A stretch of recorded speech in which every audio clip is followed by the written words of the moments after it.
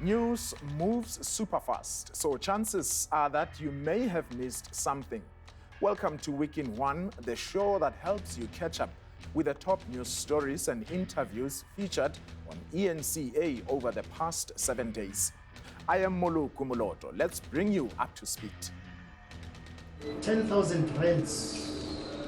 Nandi Pamakutumana and a G4S employee appear in court on charges of aiding the escape of Facebook rapist and murderer Tabo Besta.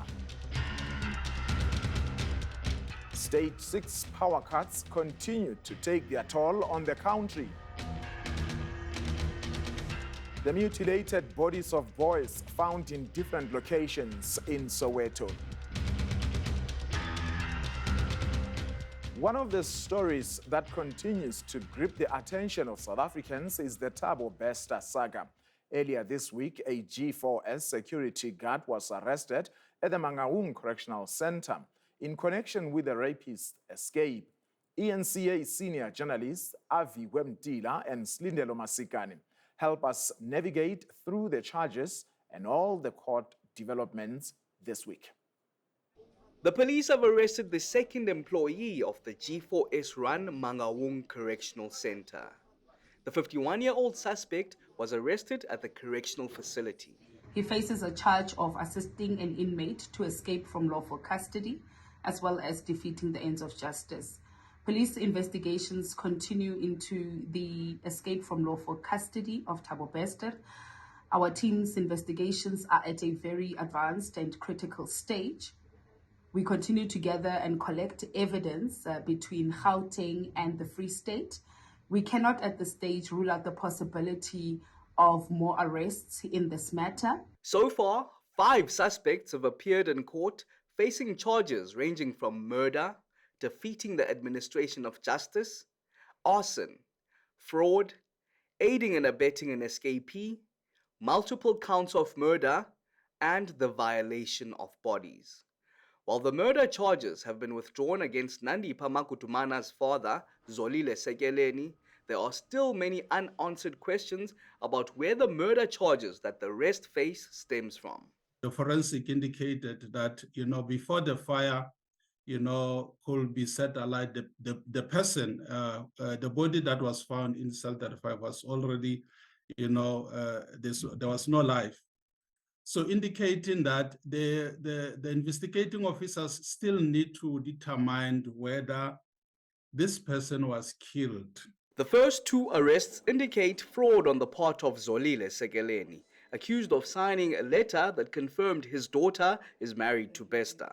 This while still being legally married to her husband. And Senohe Matsuara is suspected of torching cell 35, among other things. Debu Holipolo, the camera technician accused of aiding Tabo Besta's escape by switching off CCTV footage for more than 8 hours, is accused number 3. While the G4S employee makes his first appearance on Thursday, the rest of the accused are expected back in court on the 3rd of May, exactly a year since Besta staged his elaborate escape. Avi Wemtila, Cape Town. It was a brief appearance for Mutenyana Masukela in the Bloemfontein Magistrates Court. It's alleged that he's one of several officials implicated in Tabo Besta's escape from prison. According to our sources, he was on duty at the gate of the Mangaung Correctional Center on the day the body planted in Besta's cell was brought into the facility. It's alleged the 51-year-old allowed the van into the prison without being checked. Well, what I can confirm is that another accused, who is now accused number 6 in the matter of Matsuara and others, has appeared before the court today facing charges of assisting an inmate to escape and defeating the ends of justice. We made a request that the matter be postponed to 3 and 4 May, where he's going to be joined with the other accused in terms of the bail application, as he has already informed the court that he's going to make an application to be released on bail. More arrests have not been ruled out. One legal expert says high-ranking officials must be held accountable. We just seen people like literally low-ranking people who open gates. And you cannot open a gate in a maximum prison if you are not given authority from the control room by specific individuals. So where are those individuals? And obviously, if there is the escape that happened, there must be logbooks. People need to take responsibility. Masugela will be back in court on the 3rd of May for a formal bail application. He will join Dr. Nandi Pamakutumana, Sinuhe Matswara, and Tabo Besta in the dock. Slindalo Masigane, Bloemfontein in the Free State.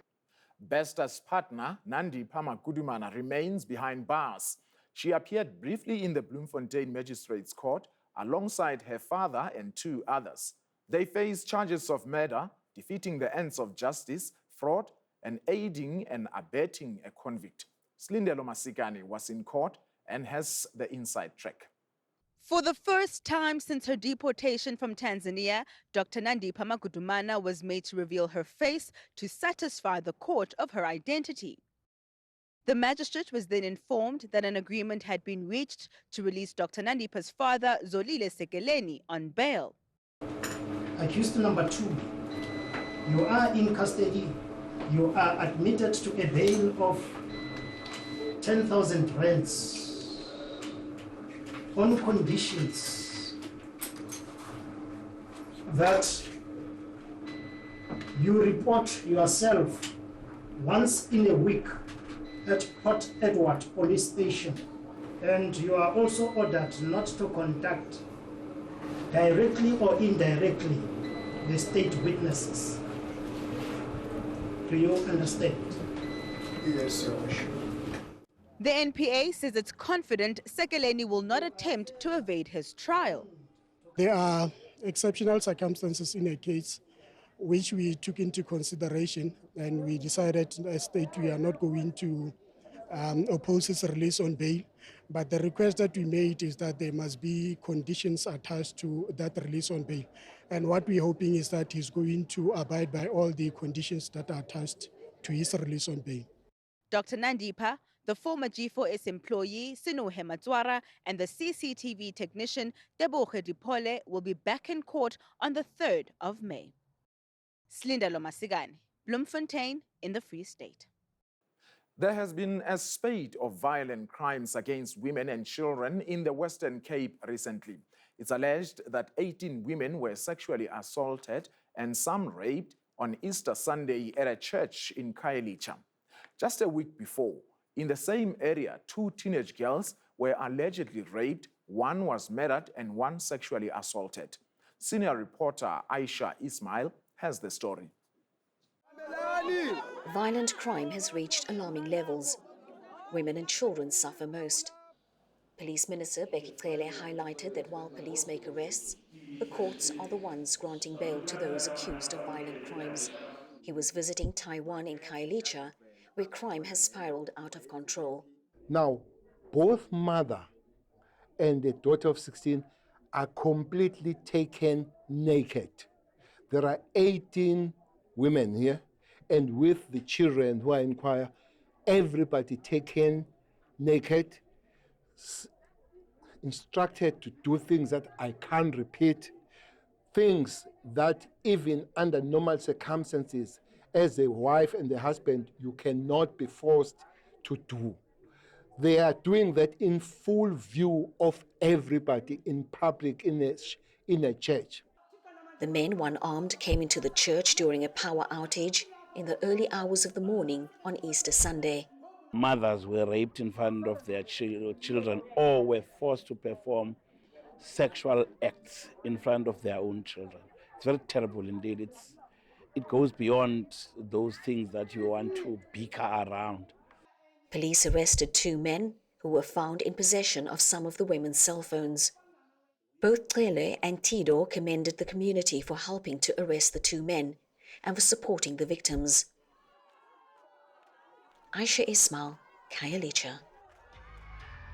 Shortly after the break, we feature some of the big interviews done by our anchors this week.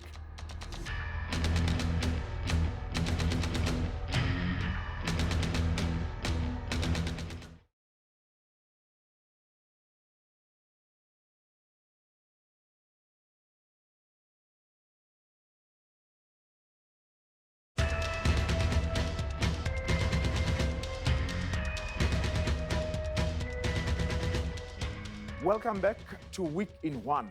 I am Moloko Moloto. So, probably one of the biggest dinner conversations for South Africans has been the following. How do we understand the actions of murderer and rapist Tabo Besta? ENCA anchor William Lehong spoke to clinical psychologist Themba Manzini about this. He was allegedly raped as a child or sexually assaulted.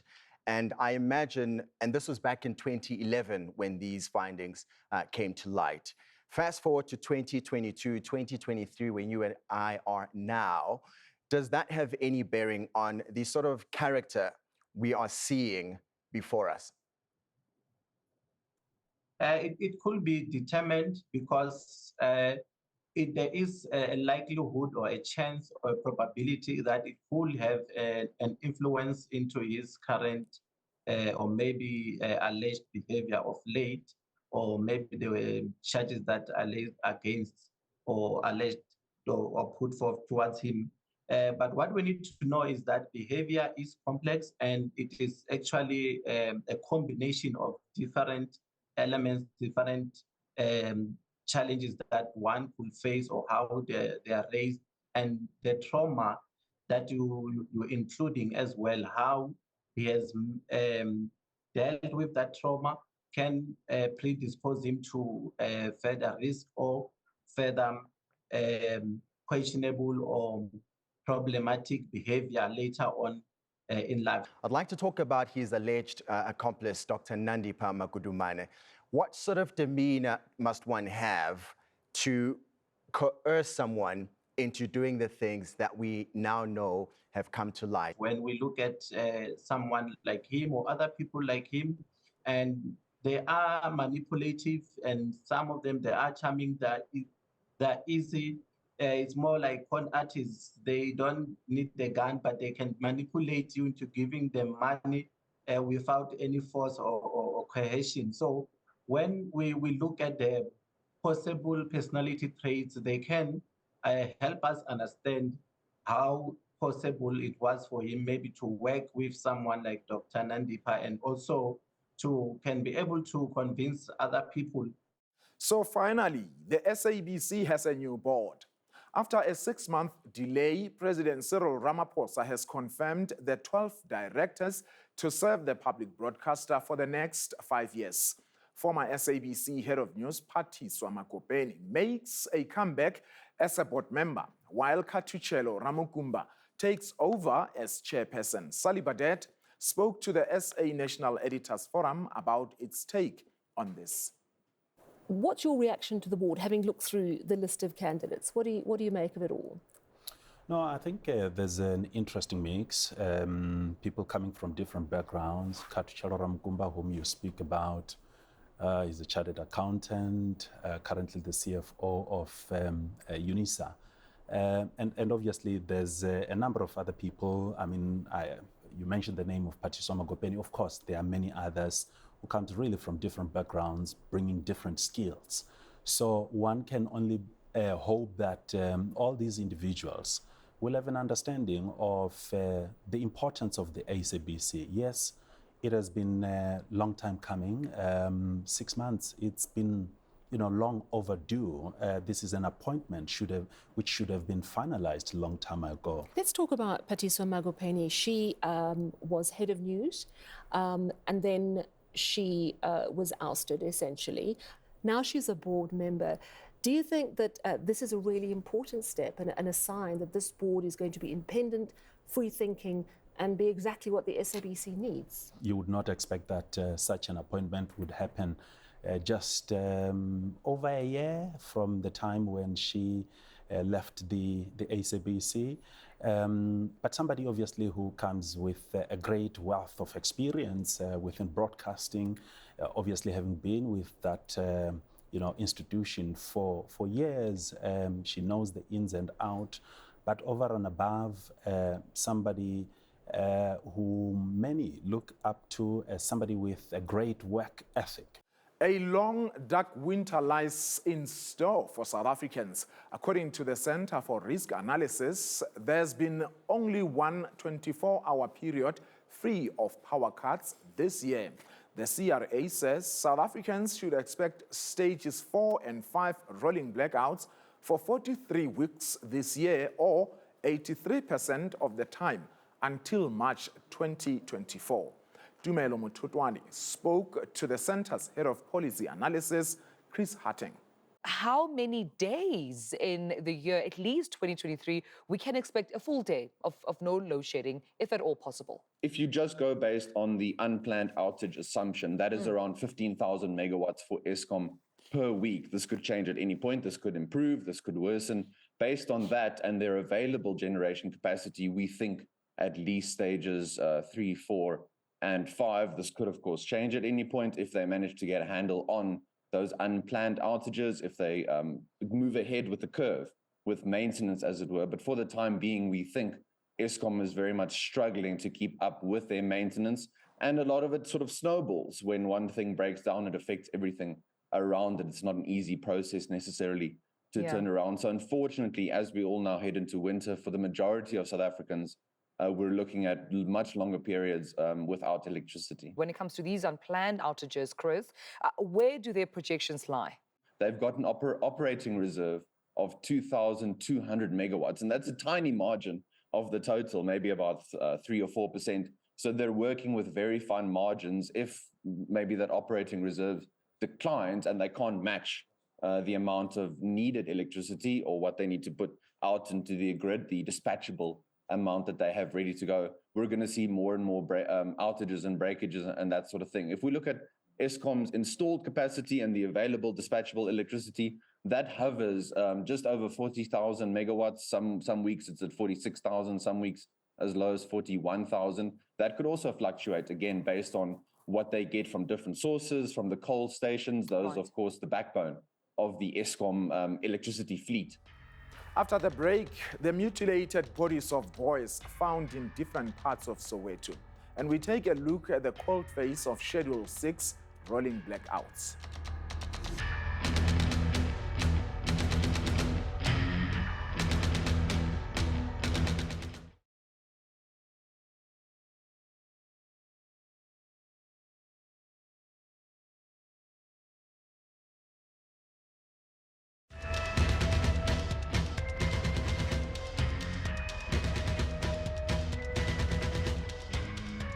Welcome back to Week in One. I am Moloko Moloto.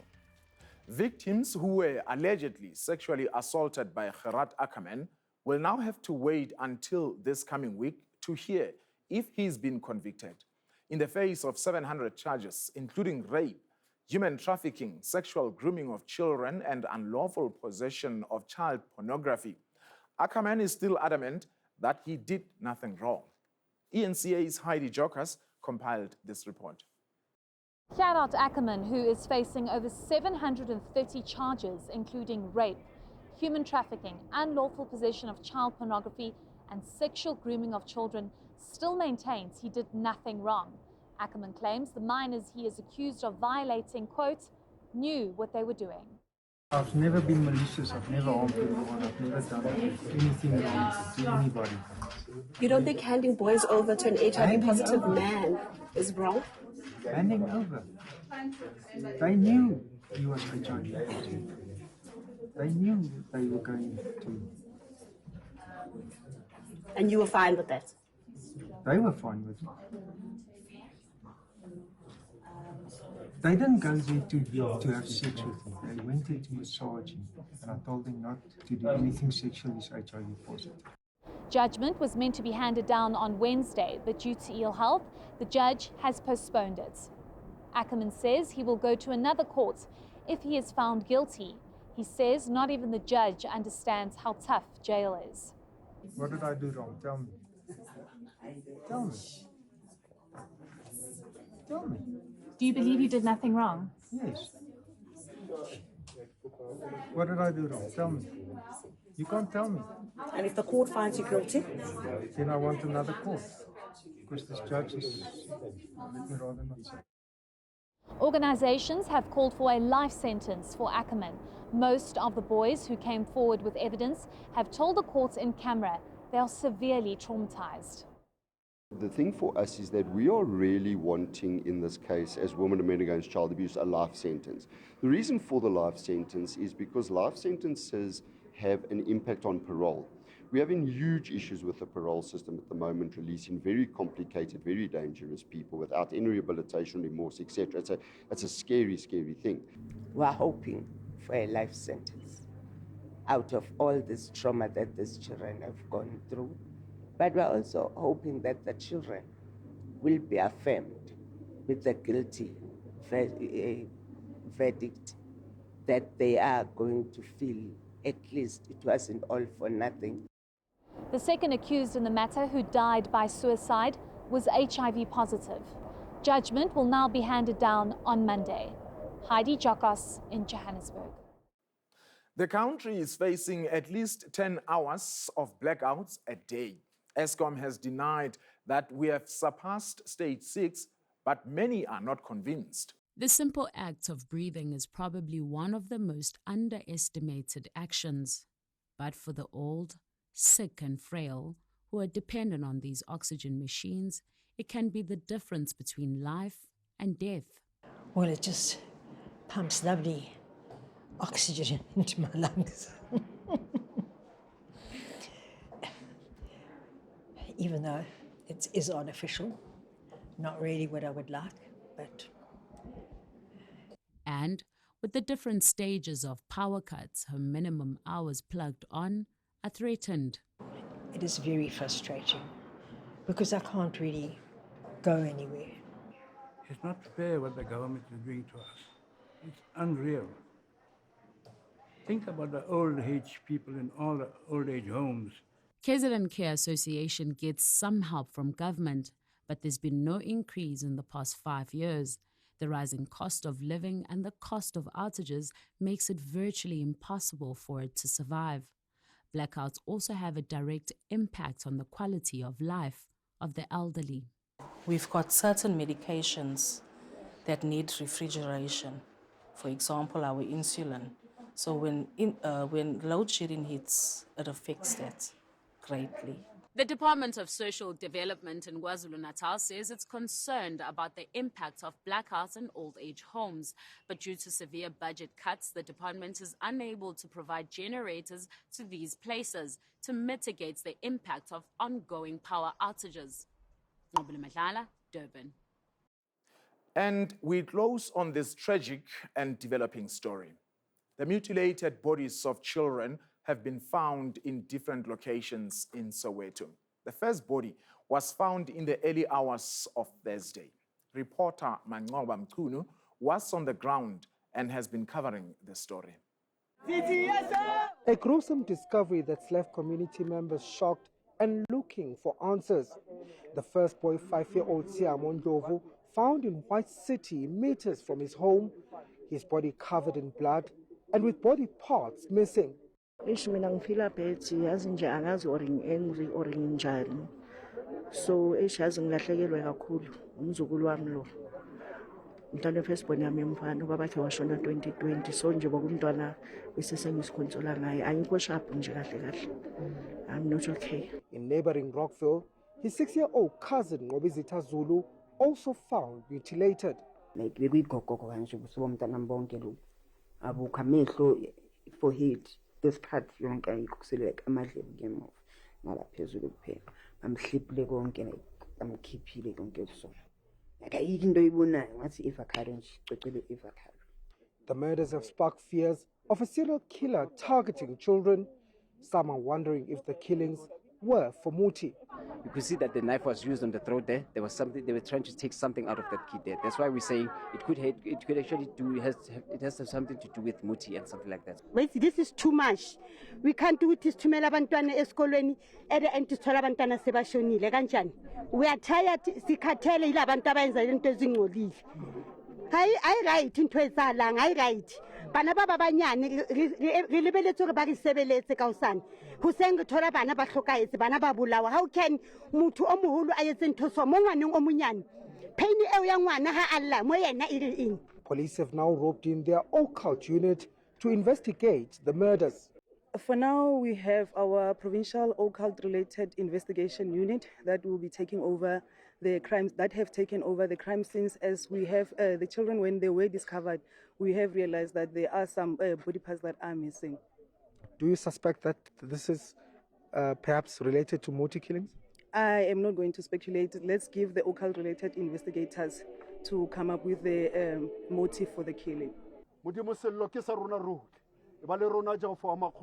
such senseless deaths, residents are now seeking divine intervention. Bangoba Mkhulu, Soweto. And that's a wrap for this week in one. From myself and the team, stay safe.